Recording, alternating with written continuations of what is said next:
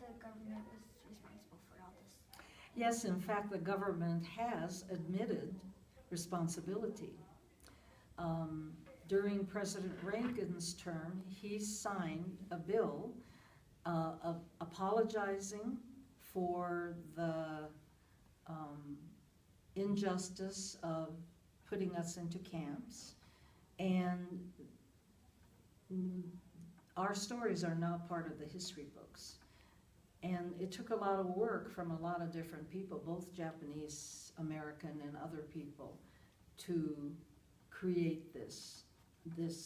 But I think we're very lucky that we belong to a country with a constitution and that can admit that it did wrong and apologize for it.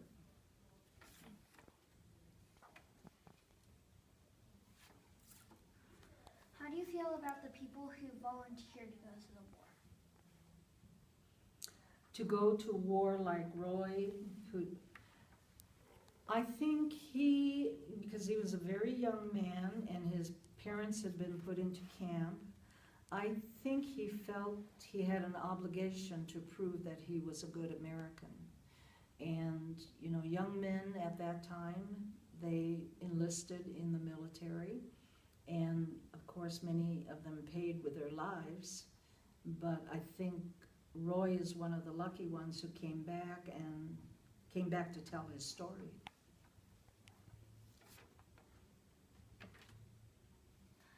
Do you think Japanese Americans stayed loyal when they were in war?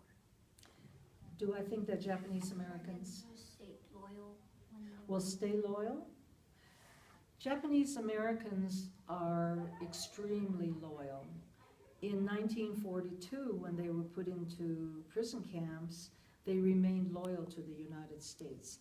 Our parents, even though they were Issei, even though they came from Japan, you know, were very proud that they had American children. And there has never been a case of disloyalty proven, you know, during that time.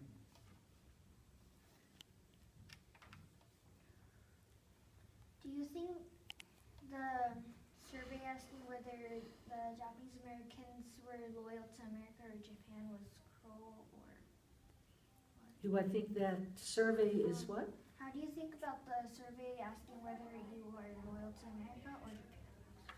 Oh, well, I think that was very confusing. It was one of those no-win situations because if they ask you to give up loyalty to the emperor and you never had loyalty, it kind of puts you into a corner. So I think a question like that was meant to make you look disloyal. That is all, but will you tell me what your message to children are? To children, I think it's very important to strive for understanding and for tolerance.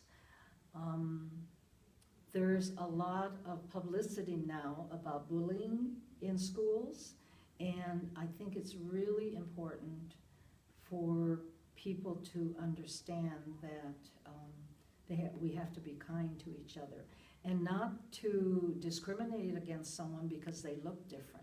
Somebody who looks different today, you know, might not be an enemy, but I think there's a tendency, especially for young people, to group against someone who seems weaker or someone who seems different. And that shouldn't be tolerated. Thank you. Thank you.